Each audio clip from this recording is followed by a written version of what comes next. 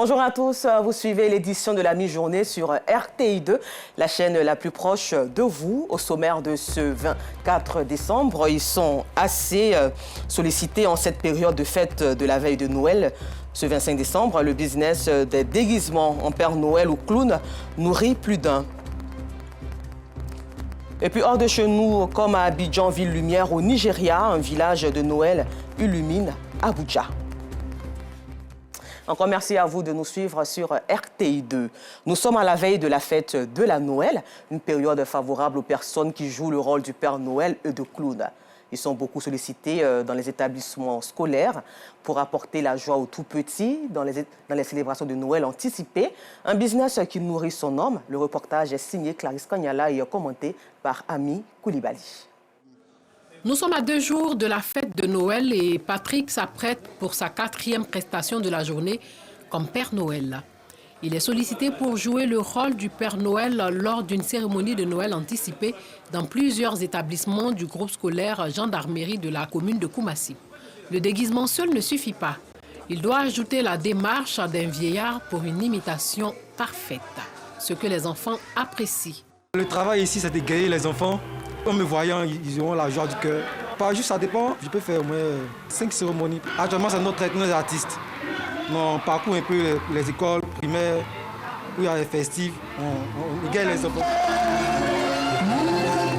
Son rôle consiste aussi à apprendre des pas de danse aux enfants. Il leur prodigue même quelques conseils d'usage. Un moment qui fait le bonheur de ces tout-petits. Le Père Noël était chouette, il était rigolo, il était très amusant. J'ai dansé, je me suis bien amusée dans la fête. Le personnage du Père Noël n'est pas le seul qui fait le bonheur des enfants en cette période de fête. Il passe aussi du bon temps avec les clowns que nous retrouvons au groupe scolaire Ascension Aéroport de la commune de Marcory en pleine prestation.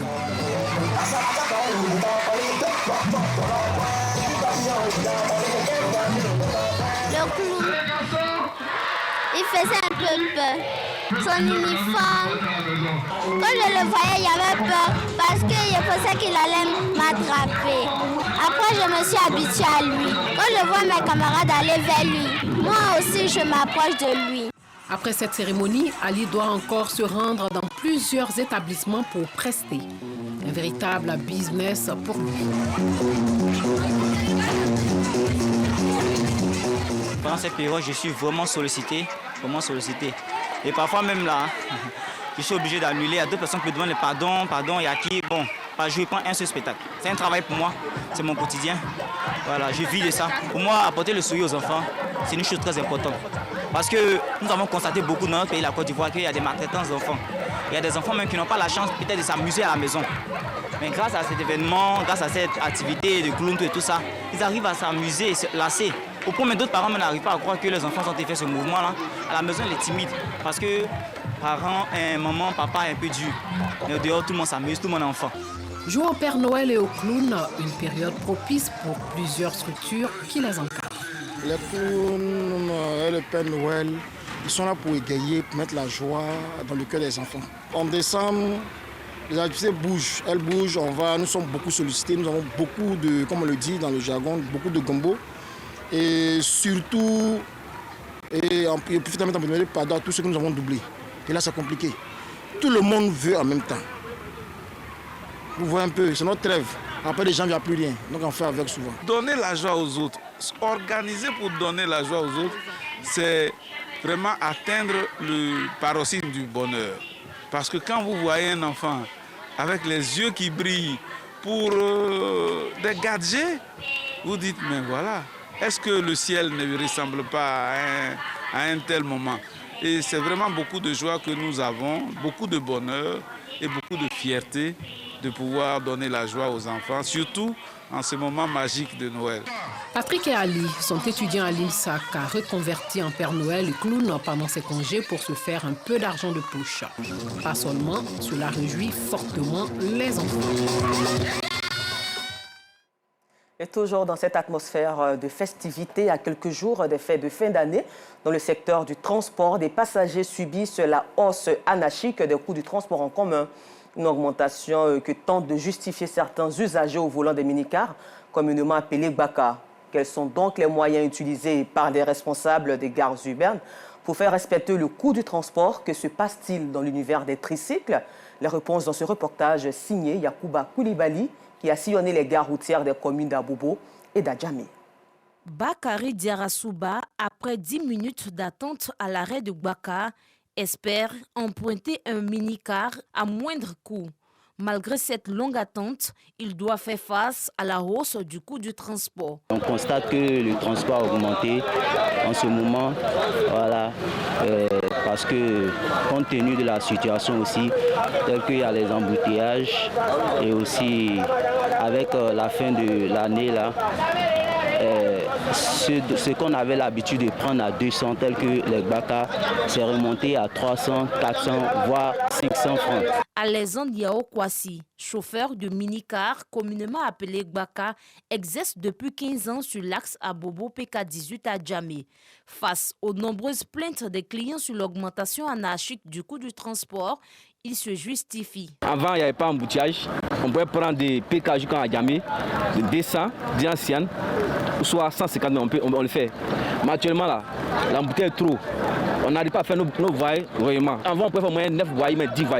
Actuellement, on fait mais 6, mais 4, mais 5. Après, l'embouteillage, le prix de 400, des fois 500, des fois 300. À la gare des minicars du pont Ferraille de la commune d'Adjamé, le tarif du transport est respecté. Siaka Kone, vice-président de la gare du pont Ferraille, nous livre les raisons de cette organisation. Quand vous venez, vous prenez vos tickets au guichet. Vous pouvez monter dans la voiture, comme il se doit, il n'y a pas d'augmentation. Selon Ferdinand, l'achat des tickets de transport au guichet évite des difficultés aux clients. Ici, tu te présentes, tu prends d'abord un ticket avant de monter. Et ça, il y a un grand avantage, c'est qu'à la destination, il n'y aura pas un problème de monnaie. Parce que très souvent, quand vous arrivez qu'il n'y a pas de monnaie, on vous met ensemble, alors que vous n'avez pas la même destination finale. À la gare des tricycles de la commune d'Abobo, quartier derrière Rail, le tarif est le même. Zawi Dieudonné, transporteur, s'insurge contre cette situation. Le transport n'a jamais connu une augmentation. Voilà, on est toujours resté constant à un prix légal. Donc nous, on souhaite une augmentation de nos transports.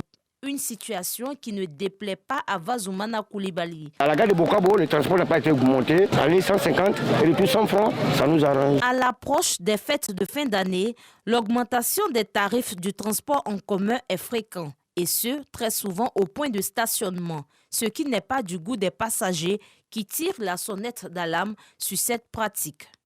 Il était commenté par Georgette Ido Fofana. Au chapitre éducation, on peut dire que la leçon est passée. Hier, vendredi 23 décembre 2022, marquait le départ en congé de Noël des élèves. Après la sensibilisation contre les congés anticipés, la plupart des écoles d'enseignement scolaire ont respecté le mot d'ordre. Quelle était l'ambiance dans ces écoles? Dans ces écoles, Yacouba Koulibaly a sillonné les communes de Port-Boué et de Cocody pour faire le constat. Collège Jules Ronsard, quartier Vridicité, dans la commune de Port-Boué. Ce vendredi 23 décembre 2022, le départ pour les congés de Noël est marqué par une activité festive. Les salles de classe sont désertes pour l'occasion. Élèves et enseignants se retrouvent alors dans la cour, l'instant de match de football. Après 3 mois de dur labeur, place au divertissement. Professeurs, élèves, tout le monde était stressé. Maintenant qu'on a fini tout ce travail académique, on a besoin de se recréer un peu.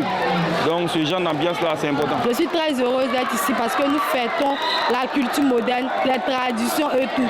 Nous valorisons nos cultures et nous sommes très heureuses d'être là aujourd'hui. Je dis merci au directeur de moi en classe et maintenant nous allons nous reposer. Je suis contente parce qu'il y a de l'ambiance, il y a de la joie. Je suis très heureuse de voir mes amis qui sont contents. Parce qu'aujourd'hui c'est un congé, mais mes amis vont beaucoup me moquer et mes professeurs. Au lycée moderne de Cocody, l'ambiance est particulière. La ministre de l'Éducation nationale et de l'alphabétisation était présente. Enseignants et élèves ne cachent pas leurs émotions. Nous avons aussi 2 ministres, M. Touré Mamadou et Mme Mario Toukone, qui sont venus, qui sont restés avec nous et qui ont constaté que nos élèves sont restés jusqu'au 23 décembre, date de départ en congé de Noël. Donc, La sensibilisation, je peux dire qu'elle a porté. Voilà. Les élèves ont compris le message. Mais en plus de ce message, nous avons ajouté 0 grossesse en milieu scolaire. Nous sommes en joie parce que nous avons vécu un moment de gaieté. C'était vraiment émotionnel ce jour. Nous partons au congé, nous ressentons la joie. En fait, je regrette d'avoir eu 2 semaines de congé. Vu que c'est vrai, on part au congé. Mais le temps des congés sont trop assez pour les élèves de terminale comme nous. Si on pouvait nous accorder au moins 5 jours, une semaine, on allait mieux se préparer. Cette année, la date des congés de Noël a été respectée par les apprenants. Aucune perturbation des cours n'a été signalée.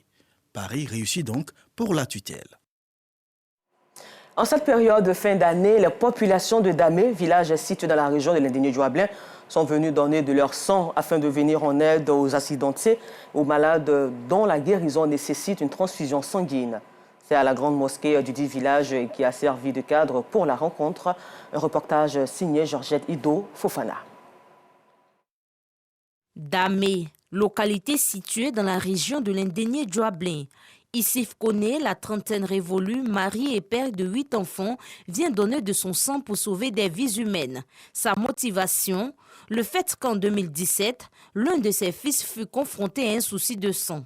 Je suis venu donner mon sang parce que j'ai beaucoup d'enfants.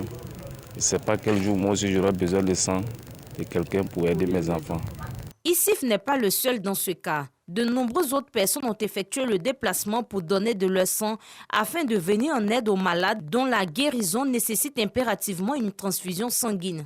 Pour moi, donner son sang, c'est un sens humanitaire. Parce que donner son sang à autrui pour sauver une vie, c'est quand même une œuvre de charité. Un acte salutaire à encourager selon Dr Sissoko, responsable du centre de transfusion sanguine d'Abengourou. Dieu nous a donné du sang gracieusement et qu'il y a des personnes qui sont dans les hôpitaux qui ont besoin de ce sang-là. Donc je vais demander l'altruisme et la générosité pour venir nous aider à sauver des vies et améliorer aussi les conditions de vie de ceux qui ont des anémies chroniques. Le sang, malheureusement, ça ne se fabrique pas. Le don de sang, il est important de le souligner, permet de venir en aide aux personnes victimes d'accidents, aux femmes enceintes, aux enfants et adultes souffrant d'anémie, mais également aux malades victimes de cancer et de la drépanocytose. En sport, sachez que la 3e édition du Gala international de boxe dénommé Le Choc des Titans s'est déroulé le samedi 17 décembre dernier au Palais des Sports de Treichville. Au programme, plusieurs combats amateurs et professionnels, parmi lesquels Taha Michel, Koné Adaman, Amoundé Hamze, Yao Paul et Marshall Yao ont fait honneur à leur statut lors de cette soirée pugilistique. Moyabi Diabaté et Jean-Sylvain Rousseau du service des sports. Marshall Zao a parfaitement maîtrisé son combat face à un Bamba Moussa Junior très solide. Après 3 rounds équilibrés, Zao envoie Bamba au tapis dès l'entame de la 4e reprise. Moussa ne trouve pas les ressources pour revenir. Il est envoyé au tapis à nouveau. Victoire logique de Marshall Zao. Face à Taha Michael, Modibo Keïta n'a pas hésité dans la catégorie des super légers. Le natif de Port-Boué expédie son adversaire au tapis dès le 2e round. Modibo est dépassé par la puissance et la vivacité de son adversaire. Expédié à nouveau au tapis à la 3e reprise, Modibo est contraint de jeter l'éponge. En fait, la stratégie, c'était tout simple de le laisser boxer pendant un round et après commencer à monter petit à petit, boxer sur sa bêtise. C'est-à-dire, s'il met des coups et qu'il n'a pas de garde, de contre-attaquer derrière. C'était ça la stratégie. Et c'est ce qui a payé justement. Chez les Milou, Yao Kwame Paul a été sans pitié pour Kone Siaka. Malgré le soutien de ses supporters, Kone est malmené sur le ring. Il finit par abandonner au bout de la 4e reprise. Kone Adaman et Hamoud Hamza ont respectivement battu leurs adversaires dans la catégorie super moyen. Chez les amateurs, Siloué Yves, représentant de la commune de Port-Boué, est venu à bout de Traoré Adaman d'Abobo. Plus adroit et solide sur ses jambes, le protégé d'Emou Sylvestre surclasse son adversaire. Plusieurs artistes, dont Lino Versace, Abou Nidal et Ismaël Isaac, ont donné une touche particulière à cette soirée pugilistique. Nous vous le disions en titre, pour terminer hors de chez nous, les habitants d'Abuja sont invités à vivre la magie de Noël dans un village festif orné de décors lumineux et scintillants. Cet événement très attendu qui s'étend sur plusieurs jours est l'occasion de se retrouver en famille et partager surtout des moments mémorables dans un cadre féerique, une initiative pour permettre aux Nigérians de se vider l'esprit et s'amuser malgré les difficultés et les insécurités liées à Boko Haram. Et puis aux États-Unis d'Amérique, c'est un phénomène aussi rare qu'intense. Au lendemain d'une journée perturbée par une tempête hivernale d'une rare puissance, les États-Unis abordent les fêtes de Noël ce samedi 24 décembre dans des conditions plus que particulières. Au total, environ 1,5 million de foyers américains étaient privés d'électricité hier vendredi et des milliers de vols ont été annulés à cet effet. Encore merci à vous, Afissata Karamoko Dosso, pour vous servir ce soir à 19h30 sur RTI2, la chaîne la plus proche de vous.